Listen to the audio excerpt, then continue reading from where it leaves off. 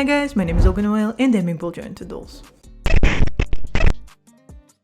Today's the day where my favorite material is going to bend me over and make me suffer for entertainment purposes. It's polymer clay sculpting time, kids. Gather around. In the previous video with Ladol, I went in blind. No plan for the face. Here I decided to draw and find pleasing shapes so I would fumble less. Did it help? Nope. No, it did not. But I will still show you how I usually start the process. I was toying with the idea of making a male face. Maybe I should have gone with that, but in the end I decided to make a female one so that we could compare the one I made with Ladol and the one I made with Super Sculpey. I want you to know I don't really draw. I can't. I don't understand things on paper. I don't really feel them the way I do with sculpting, but I'm really trying to pick up this skill for all our sakes, as I used to be a very good author, and I'll be trying to string sculpting, drawing, and animation together, and we'll see where we can land with it. For now, I'm drawing the female facial features that I'm going to sculpt. I decided to go with a softer lip shape, softer eyes, but you're not going to see this face, as I now know that several faces in a row is not really my forte. But this is not only let's make a face video and not really about us making the face that looks like a drawing, but we're exploring polymer clay. So let's start. We're still making a faceplate. This is a preparation face. I used the back of the head and wrapping it in cling film. This is probably the only thing that is not going to change much for my future resin dolls, and we'll see about the rest. To soften the clay, I use oil paints thinner. Apparently it's called turpentine. In my country, it's just thinner number 4, or we call it pinene. Let me ask Google. Pinene. Yeah. But in Serbia, I found the same, and basically on top it says pinene, on the bottom it says turpentine. I use a clear rolling pin. It's supposed to be for polymer clay, or so I remember, and the scraps of polymer clay I have left from sculpting my boy. As I have already mentioned, this is Super Sculpey. 2 colors here, Living Doll Baby and Light. It was left without a wrapper for over 3 months, so it's a little bit crumbly, and by adding pinene, I bring it back to life. This time I'm using foil as a base filler. Here you won't be able to do without it, and I'm just pushing in the freshly kneaded polymer clay on top of it. It should be a bit rubbery, shouldn't stain your fingers. If it does because you added too much softener or pinene, you can just add more crumbly and dry clay to it and re-knead it. If you don't have crumbly clay to add, just leave overly soft clay without a wrapper for 10 to 12 hours and it will be back to being okay to sculpt. You will see me dipping into pinene quite often. Sorry, the cup is dirty, it gets this way and I'm too lazy to clean it half the time. Same method with symmetry lines as I used for Ladol. I initially came up with it because I couldn't draw on wet clay, and these marks used to help me out a lot. Not so much these days, but I hope there is a person who also starts using it like this, as it's very convenient. Sorry for nucleating the face to be. I don't have any particular way I sculpt. I just throw my all in there and do what I feel is right at any particular moment. Partly the reason why I can't teach people properly, I need to come up with systems, and I don't really have much on that front.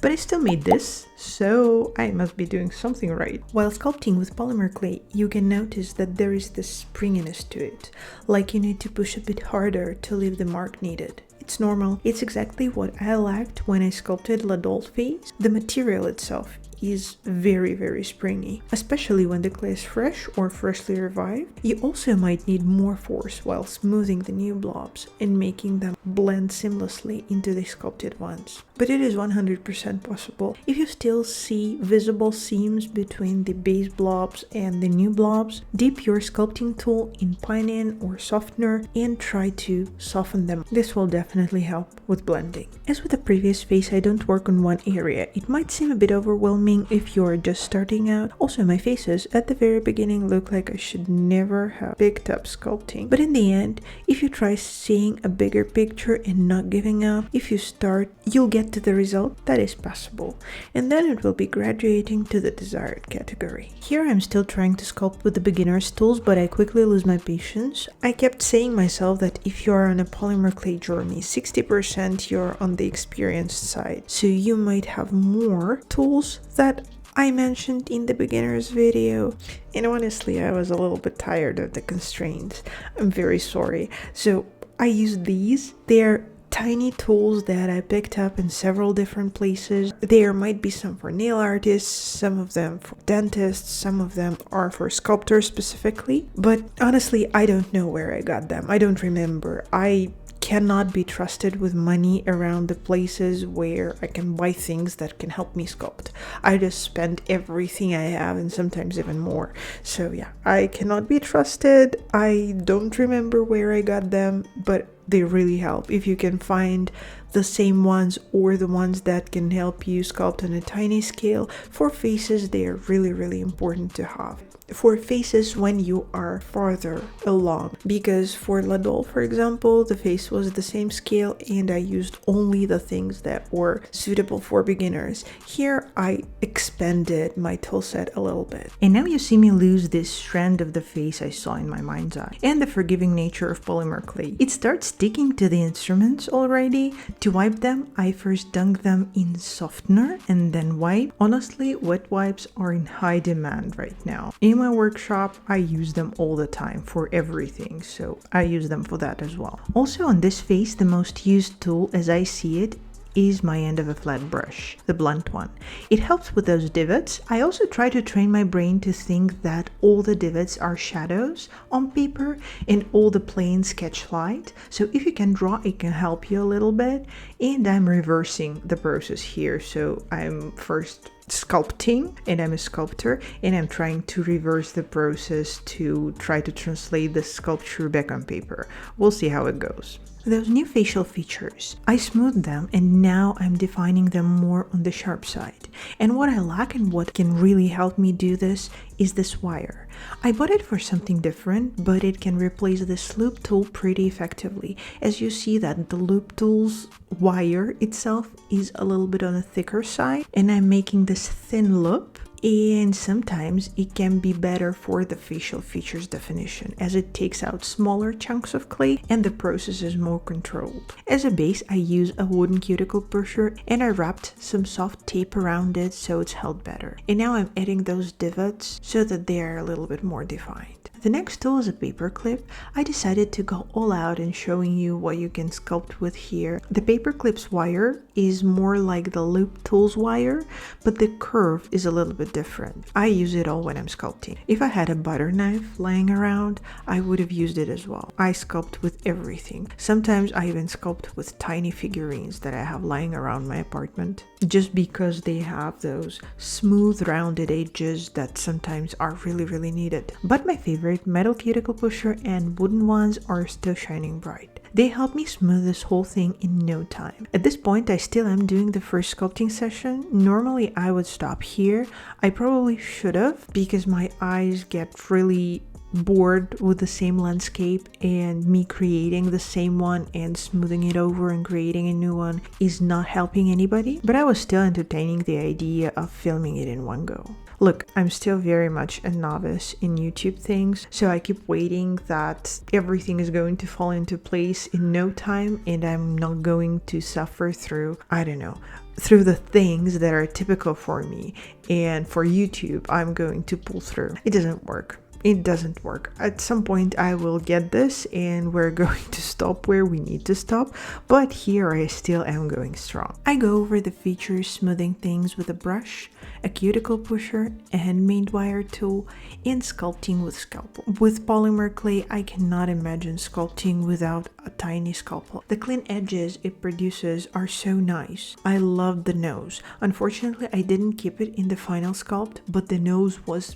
just great. The ears, oh my god, the ears are my pain. Every single time I sculpt, I remake them at least 3 times. Why do I even bother? Oh my god. At this point, we just need a hint of ears. But I have free will and no brain at this point. I'm really tired and I want a pretty face in one go. So I whip up those tiny metal instruments and I start going over the shapes and creases with them and trying to make the face feel genuine and feel really mine. I'm not trying to follow the sketch for some reason. I don't know. I'm in awe. I did this sketch. I wanted it to be something that ties me to reality, but I never used it. Why do I bother? Okay, we'll do better next time. Now I see the face and I like it. I want to ask my hands to stop destroying this, but I was a bit out of it at this point. Look at this lip wiggle, however. How adorable it is. And I'm adding teeth. And I shouldn't. I don't really want them there, but what am I if not determined? Let the biggest lesson out of this session be stop. At any point. If you feel like you are stuck, just stop and come back to it a little bit later. There will be tomorrow, and you'll destroy the progress that you've made, because tomorrow it's going to look ugly and you are going to rebuild things. OMG, why would you keep working so diligently? My own single-mindedness is both endearing and stupid at this point. But we continue with evening things out, and now you'll see why having a foil inside was a very important decision. I use it every time, whether I make a faceplate or a full head, but for head the base is a little bit different. I can show you how it looks a little bit later when I'm sculpting heads for porcelain. For now, let's take a look at what we're going to do for the faceplate. Here I just extract the foil and reshape the way the features are arranged by sort of pushing on them from the inside. I use it mainly for symmetry. It really resembles the liquify feature for drawing, but I just make it work for sculpture, and there is no other material that can allow you this flexibility after 5 hours of sculpting or 15 hours of sculpting, for example. Or at least I don't know it exists. There may be something. But yeah, I use it, and I often feel that this is the thing that helps my faces be a little bit more on a flexible side, rather than I just settle down on certain features and I feel sort of like I have to create the faces that need to obey certain rules. For me personally, this liquefaction or pushing on the inside is the game changer in creating or sculpting the faces, and Super Sculpey helped me with it a lot. I returned some of the foil inside so I could sculpt against the solid base and push the face on top of it. I'm fairly happy with the result, so much so that I make lip lines, which are usually the last ones to be made. And here's how the first sculpting session has ended. I won't be baking it, I will be remaking a lot of the features, and you will actually see how I put it for the first time inside the oven to bake, what settings basically I use. Also, you can probably see that I have 8 more minutes to yap. It is equivalent of around 15 more hours of work, so let's dive into it. This is my honest process. As you probably noticed, I'm also sharing quite a bit of the things that I do with polymer clay that probably not many other people do, and I really hope that it helps you a little bit. If it does, please comment, please subscribe. It will really help me in developing this YouTube channel. Thank you guys. Let's go on. A new round of liquefaction of the features. I've shifted the form of the eyes, added some form to the lips and cheeks. You can also enlarge the face by a couple of millimeters by simply dragging it in opposite directions, but the pressure should be super controlled and the control that you have over your hand should be super solid, because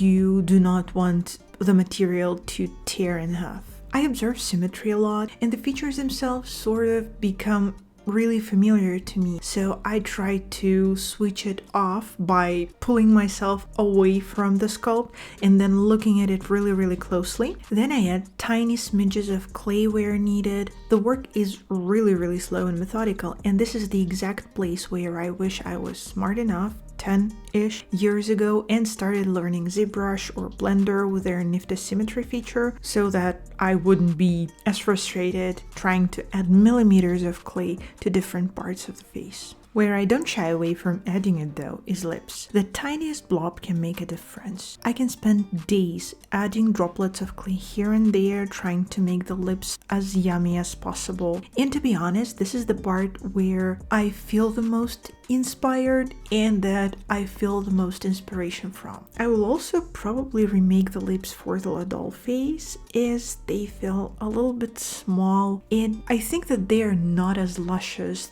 as they can be or as I'm used to.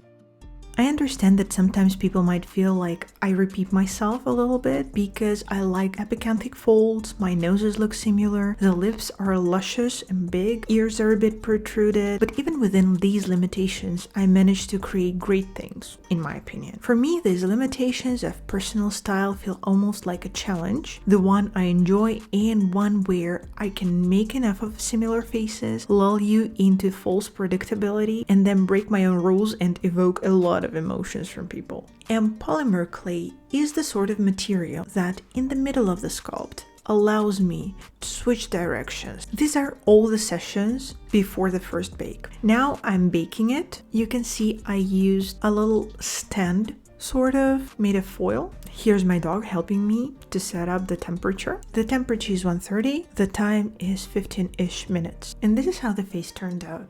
Let's get rid of the foil. And cutting begins. From this point on, my BFFs are all the knives that I can hold. I saw that the faceplate part is a little bit bigger compared to what I usually need, so the cranium is a little bit small. So I cut chunks from the back, including ears that I just spent some time sculpting. Remember, they should be the last ones to get the princess treatment. I'll make this mistake again and will resculpt them as the last effort to make this girl presentable, so don't spend much time on them while you aren't sure that the last oven bake is coming. And now I just use sanding sponge to make it a little bit more even before the next sculpting session begins. Let's get rid of all the residue. For that, I use a brush that I accidentally bought in a Chinese shop here in Belgrade. It is big and flat. Before that, I don't really remember what I used, but now it helps me clean this kind of mess really easily. And the next steps are sort of solidifying the features we've created within the last sculpting session. And I work on symmetry again. You can at least see the raw clay is sticking to the baked one perfectly fine. The agent that helps with it is pinene or turpentine, or you can also use a lot of softener to make this polymer clay goo and mix it with fresh polymer clay, and it will help raw polymer clay and baked one stick together really well. And the biggest challenge at this point is to make the connection lines between raw and baked clay invisible. For that, I use wooden cuticle pusher at the back of my flat brush, and I continue working on those ears that I still am going to resculpt a little bit later. I've baked it one more time, and now I'm going over those lines that were still there between the raw polymer clay and the baked polymer clay. If something is still there, you can take your sanding sponge or sanding paper and go over the place, sort of smoothing it out or making it as even as possible. Now I've already completed the work on this video and on this face in particular, and I still see that the forehead is a little bit off. I wanted to make it a little bit more like the frontal bone. Is it a frontal bone? Frontal bone. Yeah, so I wanted to work more on this frontal bone, make it a little bit more protruding. Those ridges, they needed to be a little bit more visible, so to say. And on one side I did that, and on the other side I unfortunately did not. I will fix it a little bit later. I need some fresh perspective. Basically, I will let the sculpt go for about, I don't know, a month or two, and then I will come back to it and reshape the symmetry if I see the flaws in it. You can also do it right away if you take a picture, if you flip it vertically. In this case, your eyes, your perception is going to change quite a lot, and you will see all the mistakes that you have had during sculpting. But I don't really like this approach. I mean, I do that during sculpting, but as soon as I take my mind off of the sculpt, it will be really easy for me to come back to it in a month and see what's going on there and whether I need to reshape symmetry or add symmetry, work on it a little bit more or not. And the last Pokemon I used to finish this sculpt is a professional polymer clay silicone brush by Fimo, and I use it only because I got really tired of trying to do that with my finger. I typically can do this with fingers, just brush is a little bit more convenient. It was very expensive, as I remember. And compared to all other silicone brushes I used, this one is very sturdy and more on a tough side. Like the silicone itself that they used is tougher, and if I ever see any other Fimo modeling tool, I will buy it in 3 seconds flat. This is how good this one is, and this is how I now believe in those brands that create things for polymer clay, because previously and all through my life I tried to use household items. You could see it here. I used a paper clip, I used really cheap cuticle pushers, wooden ones and metal ones, and all those things are really good, but sometimes you just need this extra effort that people have put in to alleviate some pressures of a certain material. And for polymer clay, Fimo created a very nice sturdy polymer clay silicone brush. So if you can find it, go for it. If you can, in your local shops or on Amazon maybe, this is a very nice addition to your graduated tool set. And this is our final look. We'll bake it, sand it, and now let's see how she looks on the resin body. Hope you liked the sculpting with polymer clay. Like the video. If you did, subscribe to the channel. Support me on my Patreon like these beautiful people do. It really makes a difference. And see you next time, guys. Bye!